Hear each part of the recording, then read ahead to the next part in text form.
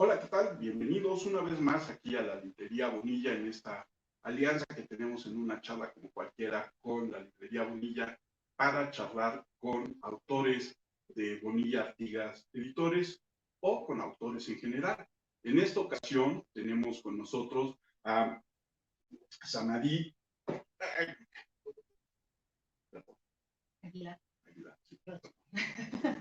En esta ocasión tenemos con nosotros a Samadí Aguilar Rocha, filósofa. Samadí, muchas gracias por haber aceptado la invitación. Qué bueno que estés con nosotros aquí para charlar sobre un libro maravilloso que coordinaste. Muchas gracias, Armando, por la invitación y por abrir el espacio para hablar de este libro, de uno de mis primeros libros, por cierto. Sí. Samadí, cuéntame cómo llegas a la filosofía. Muy buena pregunta, muy buena pregunta. Yo inicié estudiando arquitectura 2 años en Ciudad Universitaria y me di cuenta justamente que mis intereses eran más bien teóricos. O sea, mi pregunta era sobre el espacio, sobre qué era el espacio, y estudiar arquitectura lleva más que eso, ¿no? O sea, no solo es eso, no solo es el diseño que me encanta, el diseño de los espacios, sino poder, también el cálculo, por ejemplo. Y llegó un momento en que no respondía lo que necesitaba y volví a presentar mi examen a la UNAM y decidí, o sea, pensé que podría acercarme justo en el problemas más teóricos, ¿no? Con respecto al espacio. Así inicié, así inicié. Así iniciaste. ¿Y después qué siguió? Después siguió pues mi marcha a Barcelona, ahí terminé la licenciatura, la maestría, el doctorado. Hice una tesis de doctorado justamente sobre el espacio interior, sobre la experiencia existenciaria del estar en casa, de cómo hemos perdido esta capacidad. Bueno, sostengo en la tesis que hemos perdido esa experiencia de recogimiento, de estar en casa, porque estamos lanzados, ¿no? Al exterior, dada pues todas las condiciones que tenemos. Entonces intento rescatar esa experiencia, bueno, no rescatar, volverla a poner en el discurso, esa experiencia, y bueno, salió más o menos. Se llama La casa, el sí mismo y el mundo, un estudio a partir de las tomas. Ok. Y después, ahora eres investigadora en la Universidad Autónoma del Estado de Morelos, Así ¿no? es, regreso y bueno, afortunadamente hubo cabida. Tuve la gran oportunidad de trabajar en la Universidad Autónoma del Estado de Morelos. Soy profesora investigadora de tiempo completo y bueno, me dedico justamente a dar clases de filosofía contemporánea, sobre todo filosofía del siglo XX. Y producto de ese pensar en la filosofía del siglo XX y la actividad humana, surge ese bonito libro interesantísimo que es El pensamiento sobre la técnica en México, ¿verdad? Sí, el pensamiento sobre la técnica en México. Y comentaba justamente que es un título que se presta se puede interpretar varias cosas, ¿no? De este título. Bueno, todos los participantes, y en realidad nace de un interés, de un grupo, porque no solo trabaja la Universidad Autónoma del Estado de Morelos, sino la UNAM, con su seminario de tecnología. En México, este tema, el punto central de la tecnología, tiene poco, en realidad no se ha abierto como una línea de investigación fuerte, y tiene poco no solo en México, sino en Latinoamérica. Por supuesto empezó la UNAM y mi interés en lo particular a mí es justamente la tecnología, y se los digo también a los chicos siempre, es que no hay cómo entender, a mi parecer, cómo dar cuenta de nuestra realidad si no tomamos a la tecnología como centro de todas esas relaciones que constituyen hoy lo que somos y dónde estamos. Entonces, a partir de eso, mi interés en el acercamiento de la técnica tiene que ver con eso. Es verdad que mi interés empieza con un interés más ontológico, es decir, ese modo primero que la pregunta sobre qué papel tiene la técnica, o sea, cómo lo constituye esa condición humana. Y bueno, rastreo a pensadores de la primera mitad del siglo XX, Ortega y Gasset, Heidegger, Gunther Anders, Ernest Junger, eh, varios autores que se han dedicado después de la posguerra, o sea, después de justo la Guerra Mundial, pues se dieron cuenta de este poder inédito, siendo a mi director de tesis, el doctor José María Esquirol, este poder inédito nunca antes visto. Intentamos pensar todas esas características con respecto a lo que era antes de eso, cómo hemos utilizado la técnica o qué ha sido la técnica, ese papel que ha jugado antes del siglo XX, ¿no? Un siglo bastante violento, me parece, construido con conflictos. Hegel estaría muy contento, justamente, porque si algo se ha construido en este siglo XX, pues es eso, ¿no? La construcción de la violencia, ¿no? Y para Hegel, bueno, sería justamente el progreso, ¿no? O sea, y empuje hacia el progreso de la humanidad occidental, ¿no? Sí. Exacto, porque la visión es occidental, básicamente. Y hablabas de autores, y a mí lo que me llama la atención a lo largo del libro, sobre todo, porque tal vez cuando yo estudié la prepa, a mí me decían, en México no hay filósofos, en México no existen los pensadores, ¿no? Filósofos son siempre extranjeros. En México la escuela de filosofía lo único que ha hecho es crear como reseñadores, como historiadores, ¿no? No filósofos. Sin embargo, a lo largo del libro a mí me llama la atención la presencia tanto de José Gauss, ¿no? Como de Emilio Uranga y luego pedacitos también de Samuel Ramos, ¿no? Cuéntanos un poquito de estos tres filósofos. Si bien Gauss nació en España, pero se nacionalizó después de emigrar a México con la guerra civil, y podríamos decir que es también un filósofo mexicano, ¿no? Así es. Cuéntame de ello. Claro que sí. De hecho, esta visión, y así se dice, el pensamiento sobre la técnica en México tiene que ver con ese ejercicio que intentamos hacer desde el pensamiento, todos estos autores que colaboraron en el libro, hacerlo desde nosotros, desde Latinoamérica, porque es verdad, o sea, la constitución latinoamericana es el mestizaje, y lo debemos entender así, pero lo hacemos bajo esta visión y necesidad de hacerlo desde aquí, desde Latinoamérica. Hay algo que está vinculado a las teorías coloniales que tiene que ver con algo que se llamó la tecnodiversidad. Y es entender cómo esa técnica o tecnología no es hegemónica, sino que también está dependiendo de ciertos contextos y que la reciben de diferente manera diferentes contextos.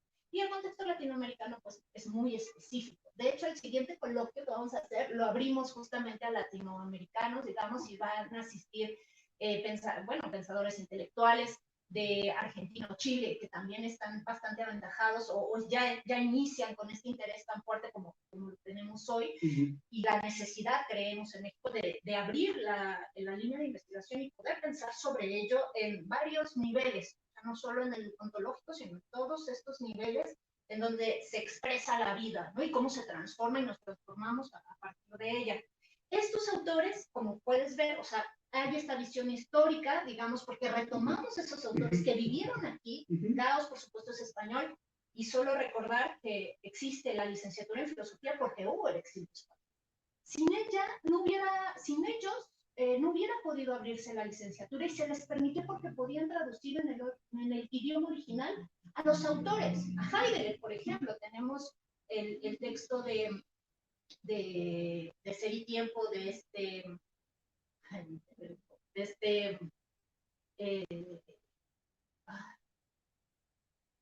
no quiero decir nombres. El traductor de Ser y Tiempo de México. Solo hay dos traducciones en español. Una es de un chileno, que es la más reciente que tenemos, es mucho más clara que la de Gauss. La de Gauss, que fue a principios, o sea, cuando el exilio español, 1930 y tantos. Y surge, bueno, la filosofía surge desde ahí, o sea, nos viene justamente este pensamiento, y todos los que nos hemos formado, aunque no precisamente en México, pero sí todos los que hemos bebido de filosofía, lo hacemos porque ellos enseñaron desde ahí. Sin embargo, y bajo esa conciencia, lo que queremos es pensar en filosófico, pero desde Latinoamérica. O sea, sabemos y queremos pensar desde estos contextos, y por eso se intentó justo trabajar cómo se había recibido, por ejemplo, en mi texto, cuando hablamos de Uranga, cómo recibieron el fonógrafo, por ejemplo, ¿no? Y que ya Prieto había a finales del siglo XVIII, o sea, así en 1800, 79, a finales de ese periodo, ya Prieto se había asprado y después viene Uranga, 60 años después, y dices que hace el experimento con el gorrión, que bueno, explico ahí. ¿Qué pasa con otra interesante de estos pensadores? Pues que pertenecieron a la escuela justamente el Hiperión, ¿no? Y el Hiperión fue esta escuela filosófica, y que no solo fueron filósofos, también hubo psicólogos, donde hubo la necesidad de preguntarse si había una filosofía mexicana, si se podía hacer una filosofía mexicana, si existe algo como eso. Y que remite a lo que te estoy contando, creo, ahora, o sea, esa necesidad de pensar en contexto, porque no somos Occidente, o sea, no somos países occidentalizados, no occidentales. Y cuando yo digo occidentalizados, o sea, tiene ciertas características desde donde podemos pensarnos, ¿okay? Justamente.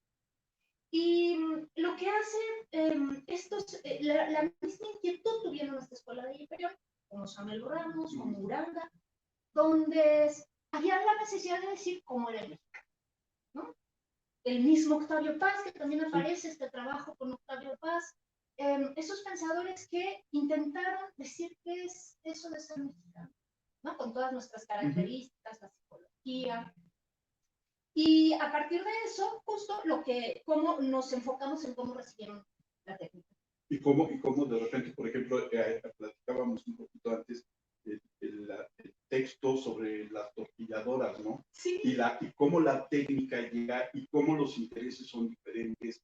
Si por un lado bien Vito Alessio Robles busca el economizar la cadena de producción, el otro, el agricultor, lo que busca es que la tortilla sea la tortilla que amasaban a mano, pero ahora bajo un proceso de máquina, ¿no? Exactamente. Yo te comentaba que ese texto, y como bien lo dices, es una joya dentro de este texto, es de una de nuestras mejores investigadoras de la UAM, la doctora Julieta Espinosa, y justamente este proceso empieza y arranca de algo tan mexicano, o sea, tan característico, cómo impactó esto. No solo eso, por ejemplo, otro detalle que yo veo aparte de lo que has comentado ahora, es que ya se pedían las patentes de las máquinas. Y estamos hablando de 1930 y tantos. Y esta localización, ¿no? De los intereses que lleva ya un elemento tan importante en México y que pasa desapercibido totalmente, sí. ¿No? Sí es un gran texto que después vincula con una teoría bastante compleja de Simondon, por cierto, que es otro europeo, sin duda, porque partimos de eso. O sea, lo que a mí me gustaría resaltar es que es un trabajo y un ejercicio del pensamiento latinoamericano, mexicano. Para hablar de la técnica, es mexicano, no sé cómo dice. Sí, y ahí yo me quedé como, voy a ser franco, creo que falta como el volumen 2 y el 3. Ahí vamos. Y te voy a decir por qué. Porque, como bien dices, se quedan en la primera mitad del siglo XX. Y hoy vivimos la quinta o la sexta revolución industrial y la tecnología nos invade de 10,000 maneras diferentes y como tú dices, nos conforma de otra manera, ¿no? Si bien, por ejemplo, en el libro hay esta parte donde hace mención de cómo el automóvil o el transporte público nos ha modificado, ¿no? En la forma de pensar, en la forma de ser, en la forma de transportarnos, pues hoy ya ni lo necesitamos a veces, ¿no? Porque con la computadora nos podemos comunicar por todos lados y peor que con la computadora. Aquí, el teléfono se vuelve de repente oficina, tienda, aquí está todo. Está todo. Y entonces creo que el viaje de la tecnología difícilmente ha terminado y difícilmente ha terminado de modificarnos. Y todavía estamos frente al monstruo o la bendición de la inteligencia artificial y todo esto nos va a modificar. Entonces, con esa misma pasión y con ese mismo gusto que yo veo en el pensamiento sobre la técnica en México, falta la segunda mitad del siglo XX y cómo va el XXI, ¿no? Bueno, en realidad sí, no. Por ejemplo, en mi texto empiezo y arranco con un ganga y arranco con una experiencia que él expresa en un texto sobre lo sorprendido que está en el fonógrafo. Pero no me quedo ahí, justamente arranco con qué pasa con el transhumanismo, por ejemplo, o estas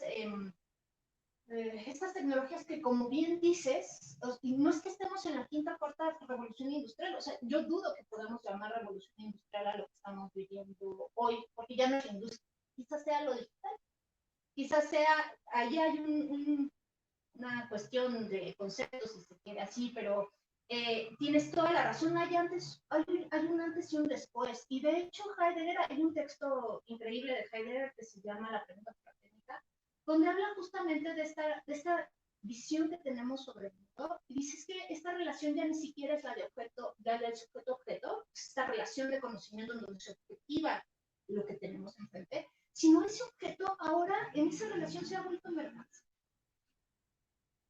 Y eso, dice, eso ha sido gracias al pensamiento tecnológico, a que podemos ver, y estoy hablando justo, ¿no? Entender esa forma de proceder técnica, metódica, científica, si está atravesada en toda nuestra mirada, en el trato con el otro. Sí, entonces iba a decir que tienes toda la razón, sí que apunta, pero estamos articulando, por ejemplo, yo hablo de Slaughter aquí, o de Autua, que es otro filósofo que habla sobre la biotecnología, y a él le debemos, a Gilbert Autua le debemos, por ejemplo, el concepto de tecnociencia, en el que hay esta unión de la técnica con la ciencia, porque antes se creía que la ciencia era primero para generar técnica, pero ahora no, o sea, se necesitan grandes instrumentos, tecnologías para poder hacer ciencia, ¿no? La realidad es que se ha vuelto mucho más complejo. Se ha vuelto, cuando yo me enfrento a este texto, por ejemplo, o a este libro, de lo que me doy cuenta es que la tecnología en sí es un elemento complejo para acercarnos en el estudio, porque tiene muchas ramas. Porque lo mismo puedo hablar de las desigualdades que hay en el acceso a ellas.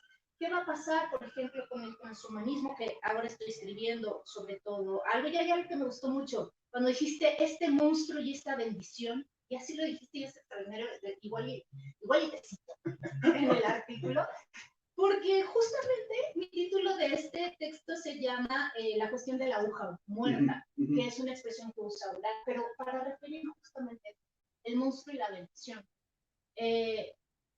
El monstruo y la bendición, esta doble vertiente siempre de la tecnología que se pone sobre la mesa y que por lo cual tenemos tanto miedo, ¿no? Y que está tan relacionado también con todas las películas de literatura de ciencia ficción y películas de literatura de ciencia ficción, porque el transhumanismo todavía no es realizable. O sea, ya se está planteando los países ricos, más desarrollados, donde es posible desarrollar esta técnica, ya se están cuestionando justo cuáles serían esos reglas, condicionamientos tan importantes para establecer que sí y que no. Si queremos algo tan importante, Armando, como, y que yo nada más de pensarlo empieza a la cabeza y a volar, pues otra especie, ¿no? Otra especie. Si nos volvemos transhumanos, y si esto llega, estamos frente a la creación de una nueva especie humana que yo no sé si podríamos decir humana. Y que yo siento, yo empecé también estas lecturas en una contraposición crítica, porque sostenía que había cierta deshumanización cuando se utilizaba o se veía así la técnica. Y por supuesto la hay, y hay elementos que lo comprueban, como la enajenación o la época revolucionaria, industrial, en la época industrial, cuando te acuerdas de la película de Chaplin, ¿no? De tiempos modernos. Lo único que hacía era demostrar que esos ritmos no eran humanos. Y ahora en este texto, ahora recordaba que estaba releyendo también el texto de la doctora Julieta, decía Simondón algo como, no es que las máquinas hayan usurpado nuestro lugar, es al revés. Nosotros, el humano, usurpó esas condiciones técnicas. Es algo tan interesante, ¿no? En contraposición a esta película que ya había, ¿no? pues o sea, ya era evidente lo que pasaba porque no eran ritmos humanos, o sea, porque son ritmos maquinales. Por cierto, tengo un artículo también sobre la pantalla, o sea, la vida en la pantalla que surgió en muy de Lipovetsky, que tiene también este texto que se llama La pantalla global, me parece. Yo hice un artículo pensando justo en el COVID, de cómo esa vida se resumía a las pantallas, ¿no? O sea,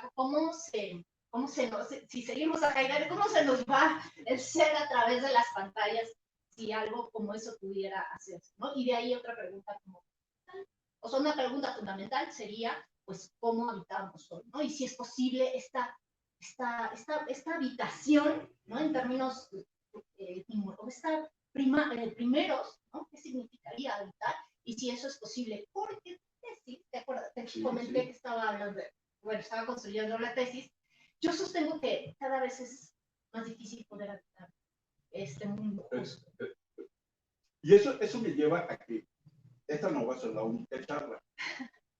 Yo te voy a invitar a otra charla, ya sea aquí o en el podcast, porque también vi que tienes una serie de textos sobre ciudad, sobre megalópolis, y que cuando me dijiste el título de tu tesis, todo me hizo clic así de repente. Pero creo que es un tema muy abundante y muy rico.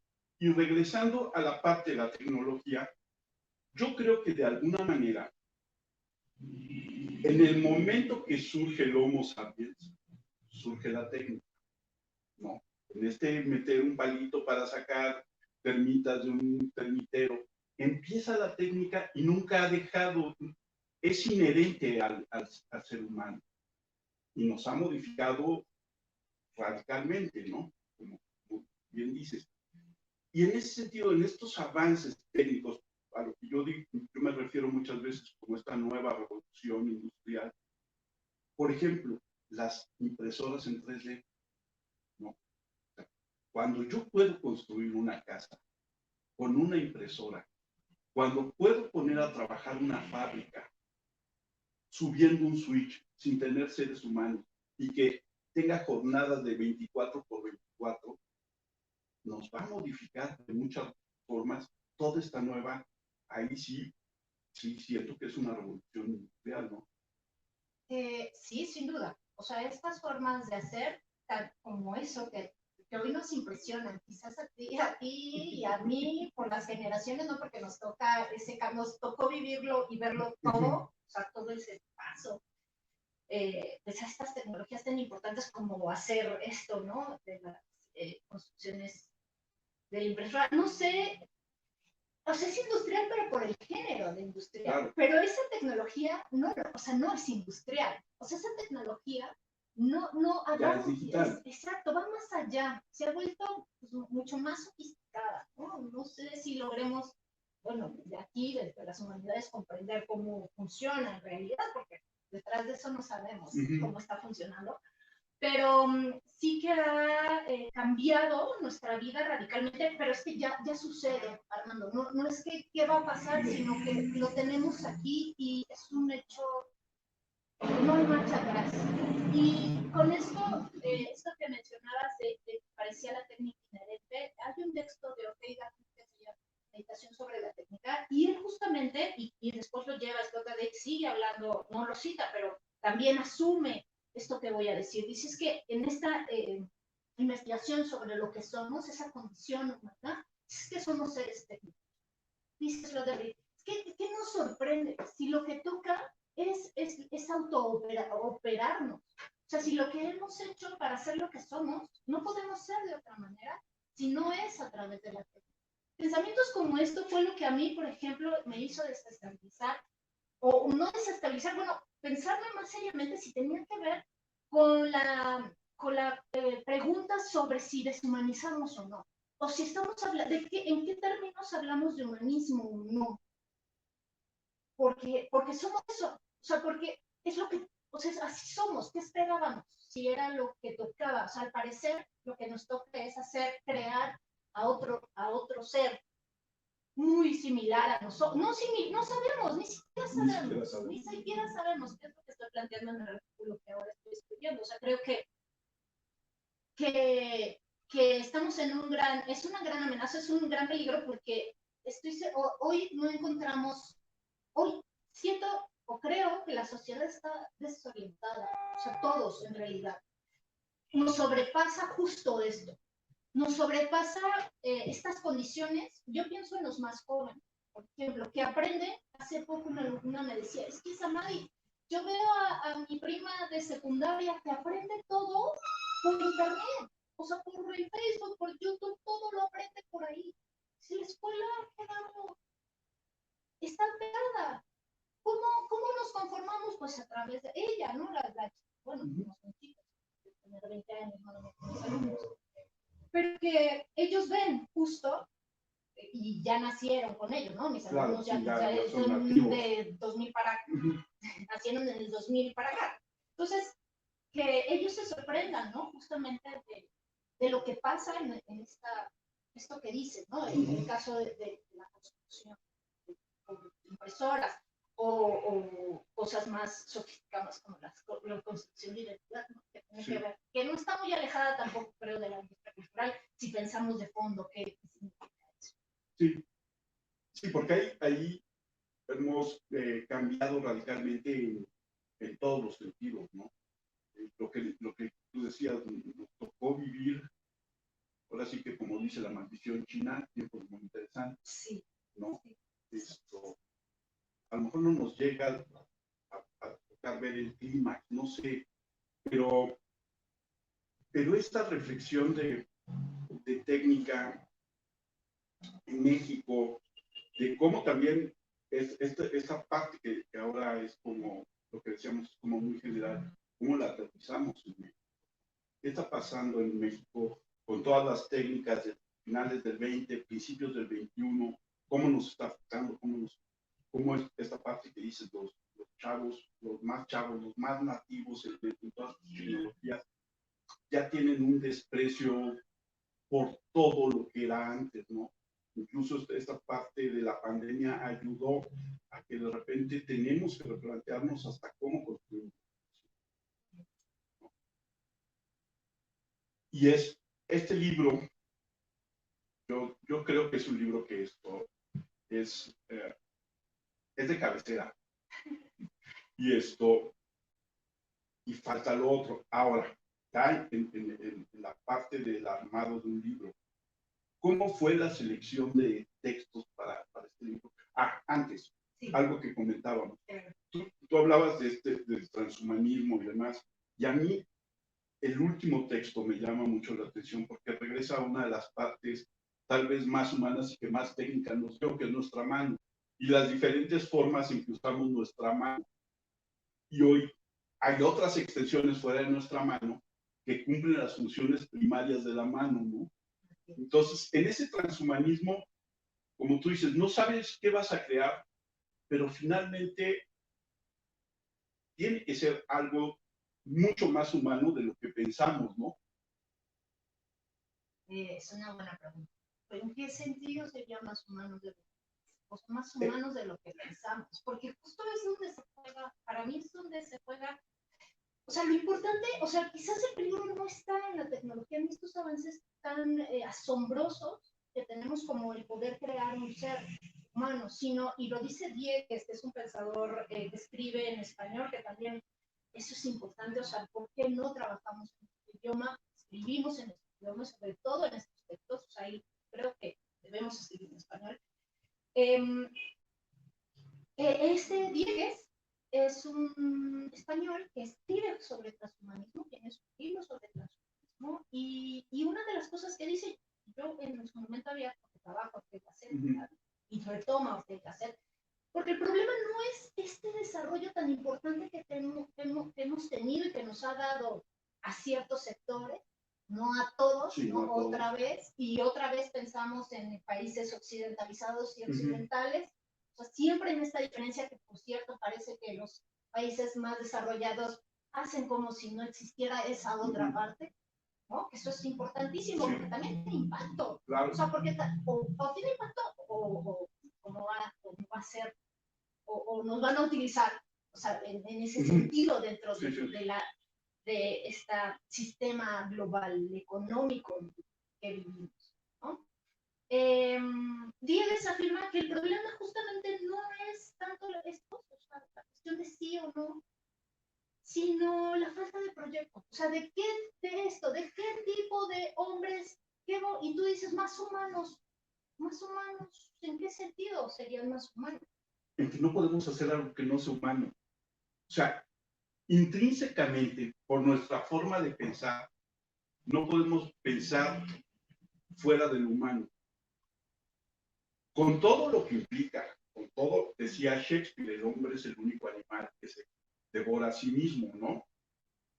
Y en ese sentido, hace poco, esta noticia de las dos inteligencias artificiales que pusieron a platicar, hasta que llegó el momento en que las dos dijeron, nos están oyendo, nos están copiando, inventaron su lenguaje. Y las tuvieron que apagar, porque ya no sabían de qué estaban hablando. Exactamente.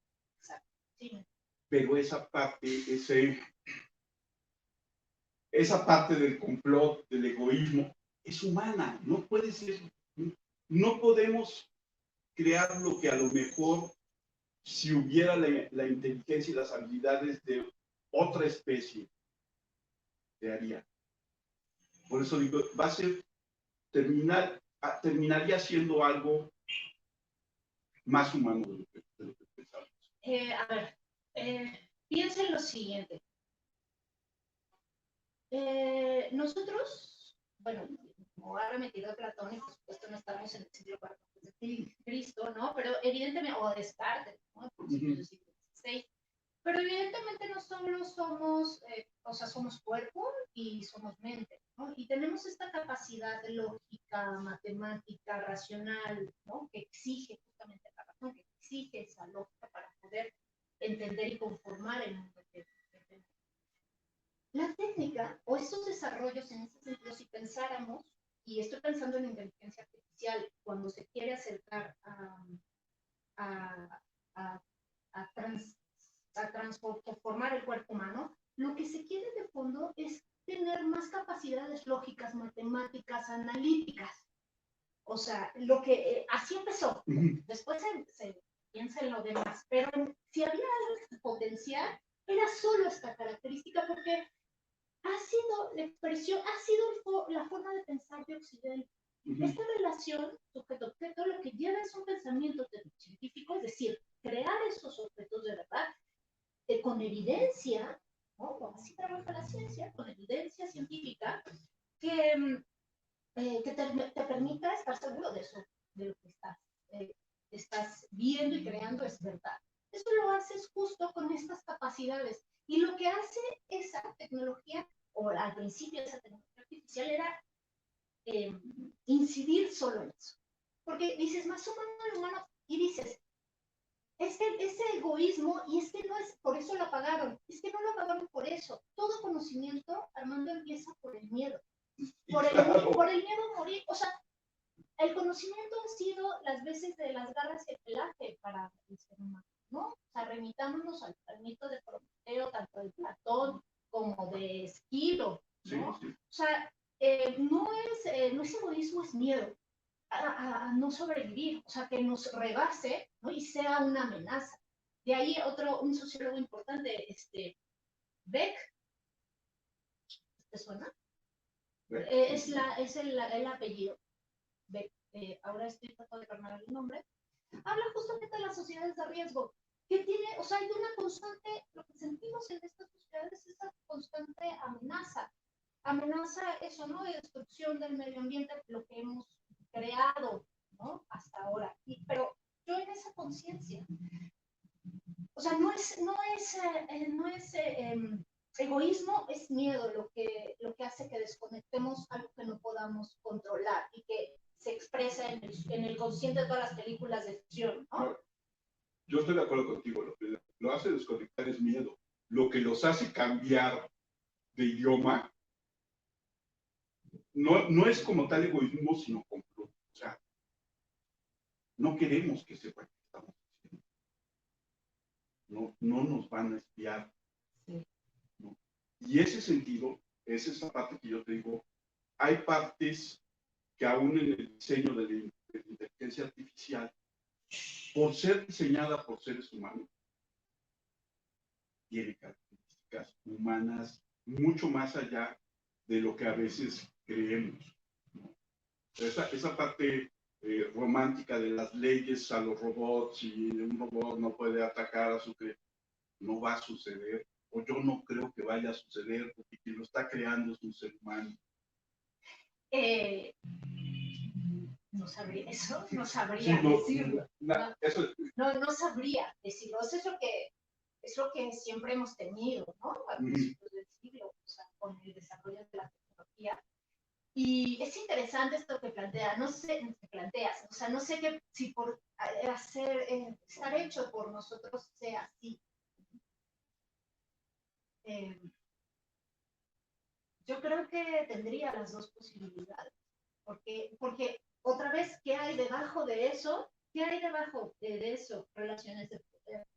Sí, claro. O sea, está respondiendo a quién, o sea, quiénes. Nosotros vamos a pensar en ese nuevo ser, pero la realidad es que no. O sea, va a haber comités, como lo hay, de expertos, y habría que ver qué expertos, qué visión, qué están. Hay una diferencia, ya lo ha habido entre la propuesta que hace Estados Unidos y Europa con esto. Y los europeos, como siempre, ¿no? Siempre dicen, es que necesitamos además incluir, además de la tecnología nano, info, pop, no, tenemos que incluir a las ciencias sociales y a la filosofía, a las humanidades, porque necesitamos eso que se piensa, o sea, el sentido. O sea, eso que no cabe que no cabe en la ciencia. La pregunta es si se debe o no. Por eso hay que llamarlos. Y Estados Unidos no. O sea, en la propuesta de ellos dicen, ok, si podemos generar mejores hombres rentables, que produzcan más, entonces si me va a devolver capital, entonces sí. A eso, o sea, lo que quiero que veas ahí es que hay intereses. O sea, que sí, claro. Me gustaría decirte que la tecnología, como se ha creído de la ciencia, que tampoco lo es, no son discursos neutros, ninguno. No. Siempre están interesados por algo. Y lo que tenemos que estar muy atentos es, pues, ese consenso, ¿no? ¿Quién está hablando? ¿Desde dónde está hablando? ¿Y qué va a pasar con los países que no? O sea, ¿qué es lo que pasa con los países que, por supuesto, en el futuro? Porque todo ahora, si hablamos de transhumanismo, es especulativo, sí, claro. Aún, ¿no? O sea, que sí tenemos avances en la medicina, hemos tenido maravillosos avances en la medicina, ¿no? Hoy la población en México muere cada vez más tarde, ¿no? Y por eso tenemos el problema de las pensiones, que no hay manera de sostener eso, ¿no? Y que tampoco estaba calculado, ¿no? Y que habría que pensar con eso. Otra cuestión, no sé si pueda, pero otra cuestión que a mí me gustaría poner sobre la mesa cuando hablamos de qué hombre, sí, qué tan humano sería eso humano, tiene que ver con un elemento fundamental que nos constituye. Y tiene que ver con el saber que nos vamos a morir. O sea, con la finitud. Si tú hacemos cyborgs o transhumanos, ¿qué busca el transhumanismo? Pues es un movimiento, sabemos que es un movimiento cultural, científico, que lo que quiere es mejorar las condiciones, pero no solo eso, quiere pues acabar con la muerte, o sea, ser eternamente jóvenes, saludables. Y están muy confiados de que eso va a pasar, o sea, han visto, o sea, lo ven, si se puede, como dice, si yo puedo pensarlo, lo puedo hacer, ¿no? Y la pregunta es esa, o sea, si no somos infinitos, es que ya con eso, ahí se juega la mortalidad, o sea, se juega la humanidad, o sea. Si ya no eres ser finito, cambia todas las reglas del juego, cambia toda la visión del mundo. Exacto, es lo que estoy escribiendo, justo. Sí, interesante. Muy interesante. Samadhi, ahora sí, rápidamente, cuéntanos cómo fue coordinar. Bueno, fue, pues como siempre, son grandes investigadores, colegas, que bueno, siempre debatimos, escuchamos, son de varias instituciones, desde una, hicimos un coloquio para poder charlar y de ahí salieron estas publicaciones, digamos, estos textos en extenso. Bueno, no es en extenso, en realidad se hacen artículos científicos, ¿no? Bueno, científicos. Y bueno, el proceso fue muy bien, lo hicimos en coordinación con Francisco Barrón, que en un momento más estará aquí también presentando el libro, que es del UNAM, es justamente el Seminario de Tecnología, y ha sido pues muy divertido, ¿no? Muy divertido hacerlo, hablar con todos, aquí con la ayuda de todos nuestros editores, muchas gracias. Con la editorial estuvo padrísimo, siempre molestando yo a Juan. ¿Qué crees? Me falta, pero muy bien. La verdad es que son procesos pues de mucho trabajo, ¿no? Pero quedó creo que muy bien. Samadi, yo tengo que agradecerte que hayas aceptado la invitación a charlar y le extiendo a muchas veces más en el futuro, te digo, ya sea el podcast, ya sea aquí, creo que esa parte de las ciudades, los sitios de habitación, como dices, es sumamente importante y sumamente interesante. Esto, y ni qué decir del pensamiento tecnocientífico, ¿no? La filosofía alrededor de esto, que luego, como tú dices, hay un punto de vista en la tecnología muy influenciado por Estados Unidos, que es básicamente mezquino, ¿no? Avaricioso, y que podemos platicar horas del tema porque esto es muy, muy interesante. ¿Dónde encuentra la gente tus artículos? ¿Dónde te encuentras si te quiere consultar? Tengo Facebook, es verdad, tengo que estar más involucrada con las redes sociales. Soy un poco tímida, la verdad. Pero pues trabajo en la Universidad Autónoma del Estado de Morelos. Pues tengo correo electrónico, ¿no? samadi@uam.mx. Si ponen el nombre en Google, aparecen los artículos. Normal, todo lo que escribo intento que esté abierto, o sea, no pobre, está abierto ahí. Es el recorrido de mis intereses, digamos, lo que van a encontrar en esos textos, ¿no? Mejorando, ¿no? Porque yo empecé a escribir, pues, sin saber todavía mucho, ¿no? Entonces hay torpezas, como siempre. Pero, pues, es lo que van a encontrar. En Facebook estoy como Samadi Rocha. Okay. Yo les recomiendo que busquen el libro El pensamiento sobre la técnica en México, editado por Bonilla Artigas. Aquí en la librería Bonilla lo encuentran. Es una joya. Que busquen los textos de Samadi en internet. Siempre esto es interesante pensar desde otro punto de vista en la tecnología, no solamente en el punto técnico, sino en el punto filosófico, en cómo nos modifica. Y luego habría que platicar también, me quedé pensando a lo largo de la charla ya, ¿no? Nos afecta de una forma en Latinoamérica y de otra manera en Asia. Y entonces estas cosas que pasan en Japón, que no son totalmente incomprensibles, también son puntos interesantes a platicar, ¿no? Así es, no solo Asia, o sea, África, todas las culturas árabes, por ejemplo. O sea, no sé si has obtenido la posibilidad de viajar en algunas, pero algunas están paradas en tiempo y es interesantísimo cómo, porque no pueden, cada vez están menos cerradas, no pueden, o sea, cada vez están empujadas a tener que abrirse, ¿no? Estoy pensando también en todo lo que ha pasado en China, ¿no? Sí, claro. Y bueno, eso se vuelve en términos de la técnica interesantísimo, porque otra vez, tecnodiversidad, tenemos que hablar de eso, o sea, de que no es para todos, o sí, pero no es igual. Pero no todos la tenemos igual, no todos la vemos igual, no todos la Ni sufrimos ni la recibimos igual. Exactamente. Y se puede decir, yo estoy pensando en los pueblos originarios, porque tengo un proyecto de investigación, trabajo con antropólogas sociales también, y es interesantísimo cómo los pueblos originarios, los que se dedican a la agricultura y hacen, por ejemplo, el jitomate, ¿no? Las cosechas de jitomate, los carpinteros, es interesante porque vienen de pueblos originarios y es ver para qué utilizan el dinero y la tecnología, porque por supuesto tienen drones y tienen teléfonos celulares, ¿no? Pero hay en ellos, o sea, dentro de su cosmovisión, si son pueblos cuestionados, dicen hasta dónde sí y hasta dónde no. O sea, hasta dónde pueden conservar su forma de vida y hacia no, aunque cada vez están más empujados, ¿no? Porque la dureza de los empuja, pero la realidad es que tienen dinero extranjero y en específico van buscando la manera, o sea, no es una homogenización, eso hay que entenderlo también bien. O sea, Occidente es verdad que se ha levantado como el pensamiento homogenizador y que la tecnología es una de sus ¿no? fuertes y que nos llega a todos. Pero en estos casos, por eso otra vez la mirada, ¿no? A estos pueblos originarios, porque quizás nos den otras herramientas para poder pensar otra vez el cambio climático y nuestra relación con el ambiente, porque con ellos es totalmente diferente.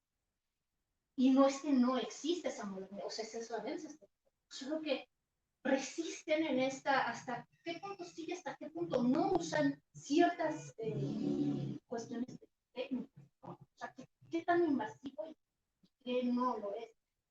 Y qué tanto podemos aprender también de esa forma de convivir mucho más, pues no sé si armónica, pero diferente, ¿no? Con la técnica, desde otro punto de vista, a lo mejor mucho más totalizado con otra visión de los pueblos nativos, ¿no? Así es, eso es otro elemento muy importante. Así es. Entonces, ya ves, tenemos temas. Sí. Yo soy Armando Enríquez, a mí me encuentran en Twitter como @cernícalo. El Twitter del podcast es @charlacualquier1, nuestro correo charlapodcast1@gmail.com. El podcast tiene un WordPress donde escriben todos los colaboradores del podcast, es charlacualqueira.wordpress.com. Estamos en la librería Bonilla. El libro es El pensamiento sobre la técnica en México. Nuestra invitada, Samaría Aguilar Rocha. Muchas gracias a todos, muchas gracias Juan. André, que siempre nos apoya. Muchísimas gracias, André. Y nos vemos en otra charla por acá. Si no, escuchen el podcast, que ahora tenemos una serie de charlas sobre la imprenta en América Latina, que está muy interesante. Gracias a todos y buenas tardes, noches o días. Buenas tardes, gracias a todas. Muchísimas gracias.